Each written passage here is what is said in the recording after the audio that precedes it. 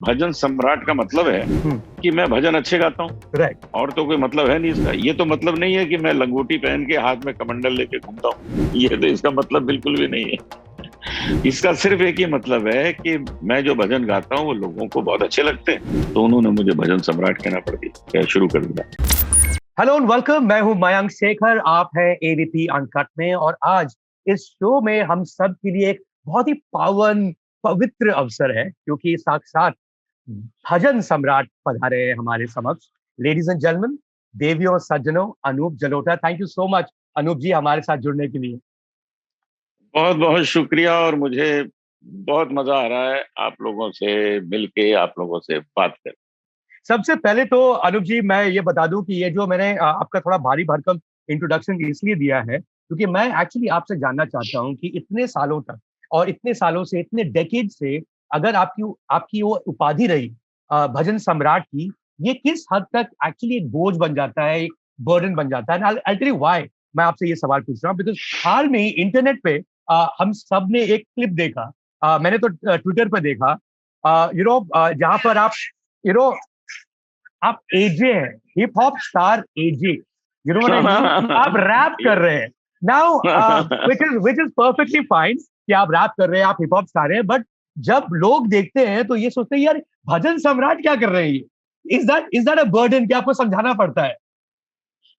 देखिए, ऐसा है कि भजन सम्राट का मतलब है हम्म। कि मैं भजन अच्छे गाता हूँ।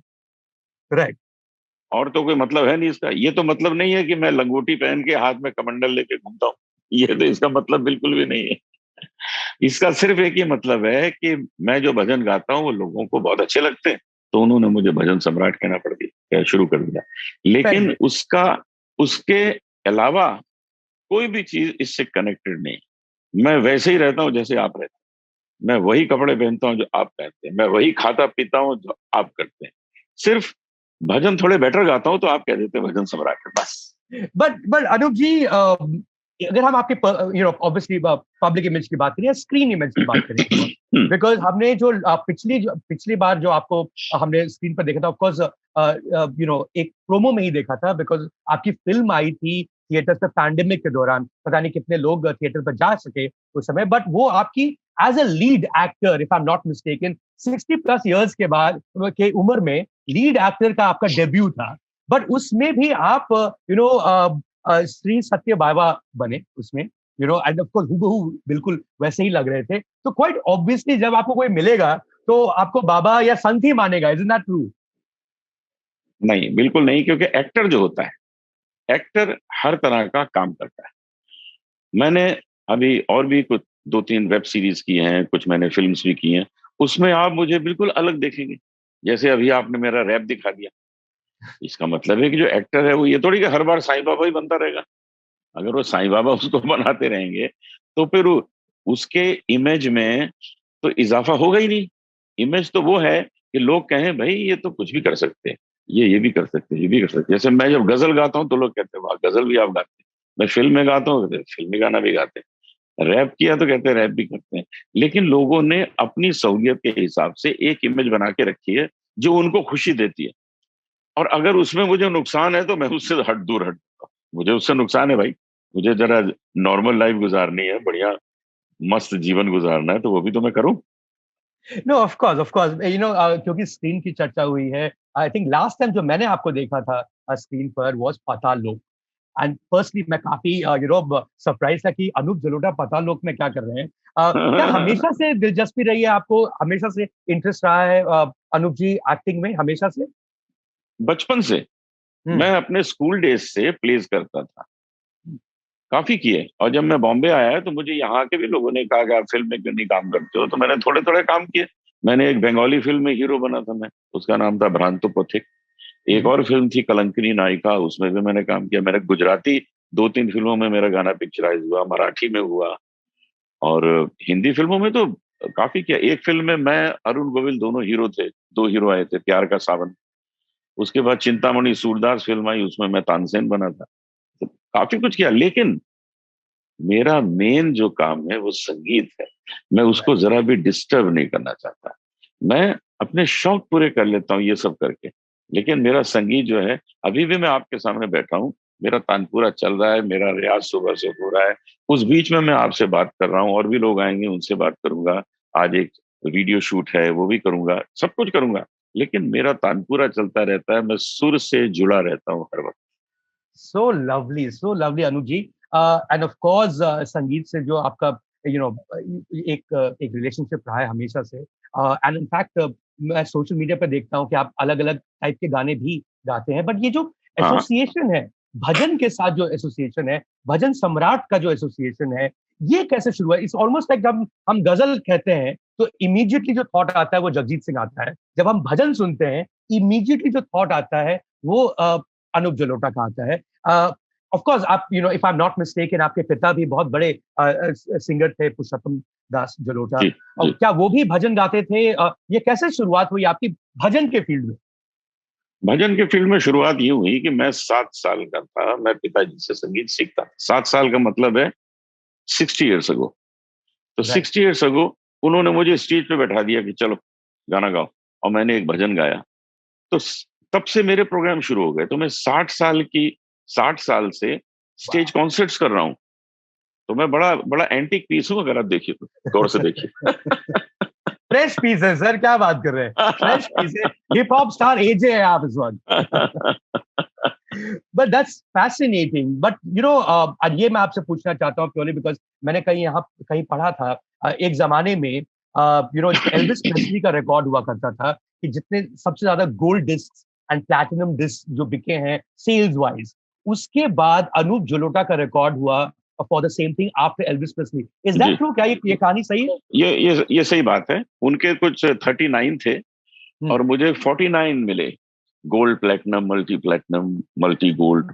और वो मुझे प्रेजेंट करने आए थे पंडित रविशंकर जी। हम्म।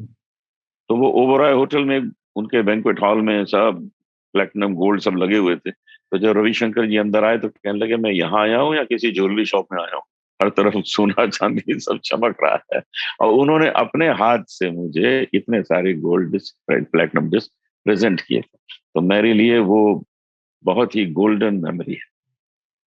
Fabulous fabulous. एंड ये जो गाने होंगे, ऑफ कोर्स आपके 3-4 गाने तो कम से कम सबने सुने होंगे पूरी दुनिया में, जो जिनको हिंदी का ज्ञात है और जो जिसने कभी भजन सुना होगा, दे वुड डेफिनेटली हर्ड ऐसी लागी लगन, मीरा हो गई मगन, दे वुड डेफिनेटली हर्ड मैया मोरी, मैं नहीं माखन खायो, जग में सुंदर है दो नाम। क्या जी ये जी। सारे गाने हैं जिनके लिए आपको सारे प्लैटिनम एंड गोल्ड डिस्क मिले, अरूप जी? इन्हीं इन्हीं गानों से मेरी पॉपुलैरिटी हुई है। देखिए, जितने और सिंगर्स, हम्म। उन सब की पॉपुलैरिटी फिल्म सॉन्ग्स गाने से हुई है।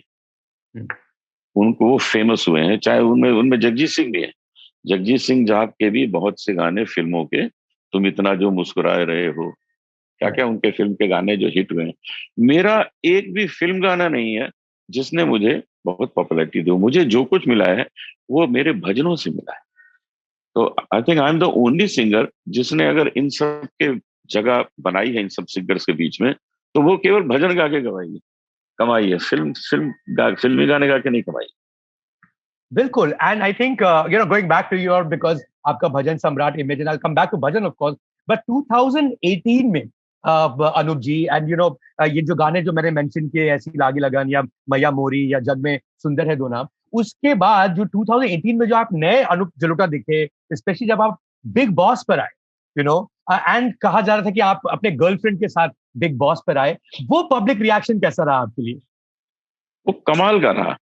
मतलब मैं 1.5 महीना अंदर था, और 1.5 महीने दुनिया में और किसी को कोई काम ही नहीं था। मतलब अगर 4 आदमी पान की दुकान पे खड़े हैं तो भी टॉपिक वही है, स्कूल कॉलेजेस में टॉपिक वही है, टीवी चैनल्स में टॉक शो हो रहे हैं, उसमें भी डिस्कशन में यही टॉपिक है। अरे भाई, मुझे बाहर आने जो, आके पूछ लेना ना, तुम लोग क्यों समय बर्बाद करते हो, और भी तो काम है वो करो। लेकिन लोगों को और कोई काम नहीं था। लोगों को एक ही काम था कि ये दोनों वहां पे क्या कर रहे हैं। और मैंने बाहर आते ही कहा कि देखिए जी, शो है, शो का मजा आया, इसीलिए आप चर्चा कर रहे थे ना, क्योंकि आपको मजा आया। ठीक है, कुछ लोगों ने बुरा कहा, किसी ने भला कहा, किसी ने अच्छा कहा, लेकिन क्या आपको कोई मेरी ऐसी हरकत उसमें नजर आई जिसपे आपको ऑब्जेक्शन हो? ऐसा कुछ मैंने किया? ऐसा तो कुछ भी नहीं किया। तो हमने सुबह से वही रियाज कर रहा हूँ, प्राणायाम कर रहा हूँ, वही सब मैं करता रहता था। तो बाहर आके जरा मुझसे पूछ लेते मामला क्या है, फिर जो लिखना हो लिख देते। और बाहर आके हमने क्या किया कि उसी दिन शाम को एक प्रेस कॉन्फ्रेंस की, यहीं पे जहाँ बैठा हूँ इसी जगह अपने घर में। और इस प्रेस कॉन्फ्रेंस में मैंने जसलीन के फादर को भी बुलाया। तब जसलीन अभी तक वही थी, बिग बॉस में। और मैंने बोला कि प्रेस को कि देखिए मैं और जसलीन के फादर दोनों बैठे हैं और दोनों मिलके उसका कन्यादान करेंगे। अब उसके बाद सवाल कोई रह ही नहीं गया, मामला वहीं खुश हो गया कि अब क्या कहें, अब पूछे क्या।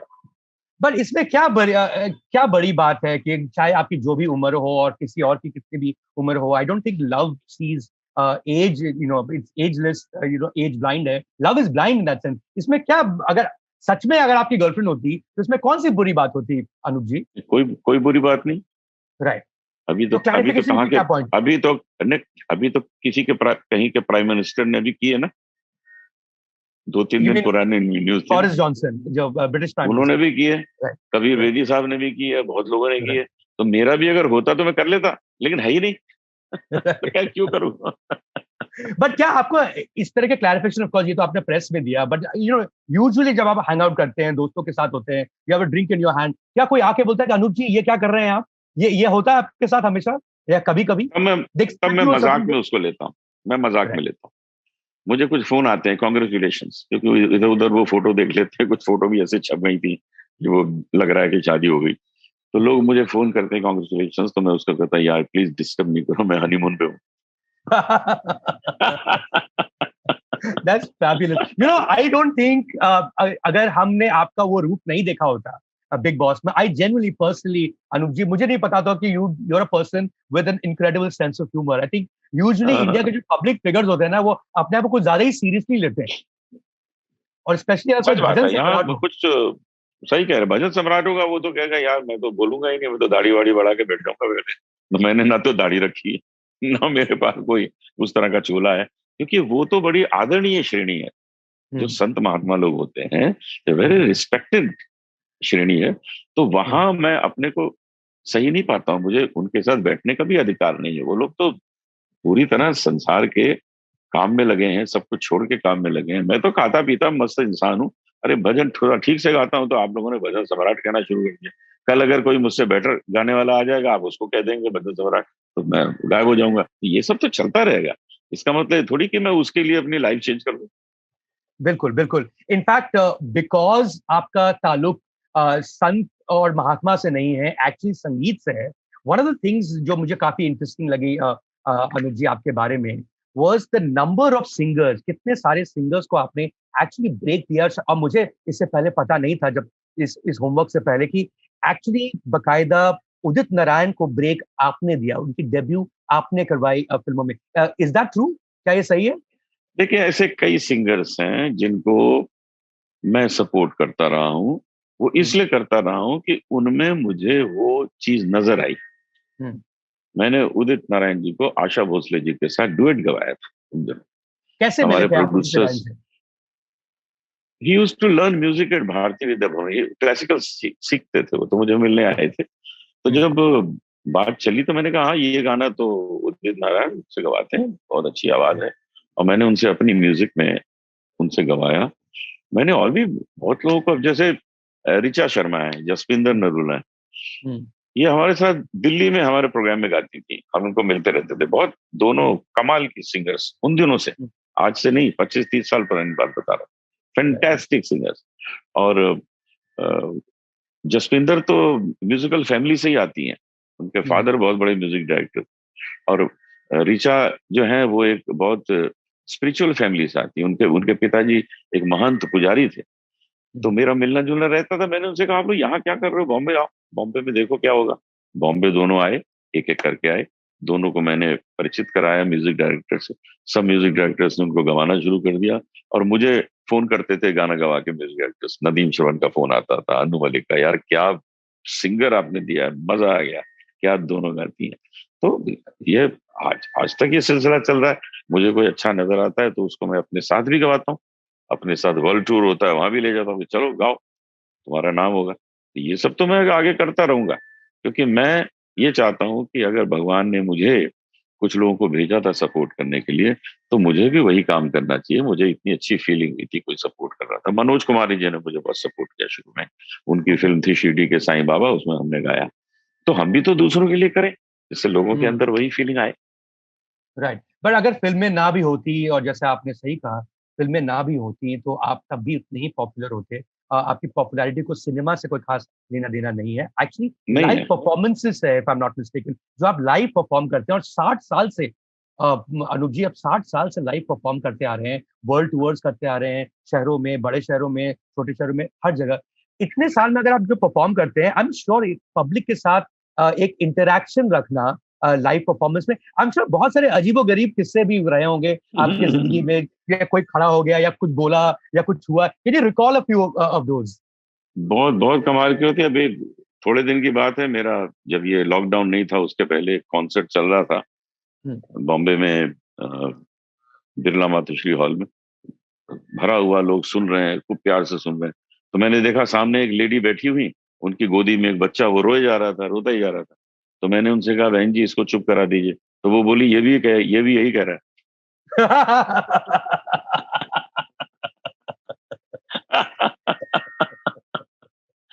ये ये बीच कॉन्सर्ट में आपने कहा? मैंने कहा, बताइए चुप करा दीजिए। वो बोली, ये भी यही कह रहा था, क्या करें। एक बार क्या Fabulous. हुआ था कि करीब 30 साल पुरानी बात है, मैं ट्रिनिडाड गया था, वेस्ट इंडीज, जहां पर जो उसके आसपास ही आजकल मिस्टर मेहुल चौकसी रह रहे हैं। नहीं, एक्चुअली तो वो तो मैं एंटीगुआ में, अब तो वो डोमिनिकन रिपब्लिक पहुंच गए। इट्स वेरी उसी क्लोज, एरिया में। दैट्स ट्रू, उसी एरिया में है। जी जी। तो मैं तो बहुत पहले गया था वहां। तो मेरा वहाँ कॉन्सर्ट था। तो हमारे वो लोग भजन बहुत सुनते हैं, ट्रिनिडाड, गयाना, सूरीनाम, जितना वेस्ट इंडीज, क्योंकि वहाँ इंडियंस सेटल हैं 100 150 साल से। बिहार और यूपी के लोग, वो लोग हिंदी नहीं बोल पाते, इंग्लिश बोलते हैं। केवल सूरीनाम में हिंदी बोलते हैं, लेकिन गयाना में और ट्रिनिडाड में इंग्लिश बोलते हैं, लेकिन सुनते हैं रोज गाने हमारे। भजन तो बहुत ही सुनते हैं। तो एक कपल मिलने आया, उनकी जो वाइफ थी वो फुली प्रेग्नेंट थी, और उन्होंने अपने हस्बैंड से कहा कि मेरी एक पिक्चर अनूप जी के साथ खींचो, और मैं उसमें नजर आनी चाहिए पूरी। तो उन्होंने पिक्चर ली, तो दोनों चले गए। उसको 2 साल बाद मैं फिर ट्रिनिडाड गया, तो वो दोनों फिर आए, गोदी में लड़का था। उन्होंने कहा, अनूप जी याद है, देखिए ये पिक्चर, ये उन दिनों मेरे पेट में था, आज मेरी गोद में है, और हमने इसका नाम अनूप रखा है, और हम इसको संगीत सिखाएंगे। तो अगर ये चीजें मैं जीवन में देखता हूं, तो मुझे लगता है यार सफल हो गई जिंदगी। अगर लोग इतना प्यार करते हैं कि मेरे नाम पे नाम भी रख सकते हैं, तो बस हो गया। भाई इतना ही करने आए थे ना, कि हमारा संगीत लोगों को इतना भा जाए कि वो उसको अपने जीवन में उतार लें। लोगों ने जीवन में उतार लिया, अपने बच्चों के भी नाम रख दिए, हो गया काम। I think I am done. I think we are also done with this conversation, Anup ji. I think जाते जाते, क्योंकि हम संगीत की बात कर रहे हैं और भजन तो हमने आपके सुने ही हैं, जिस तरह मैंने शुरुआत की इस कॉन्वर्सेशन को, मैं उसी तरह एंड करना चाहूंगा। पहले वो थोड़ा हिप हॉप सॉन्ग सुना दीजिए सर। हाँ जरूर। या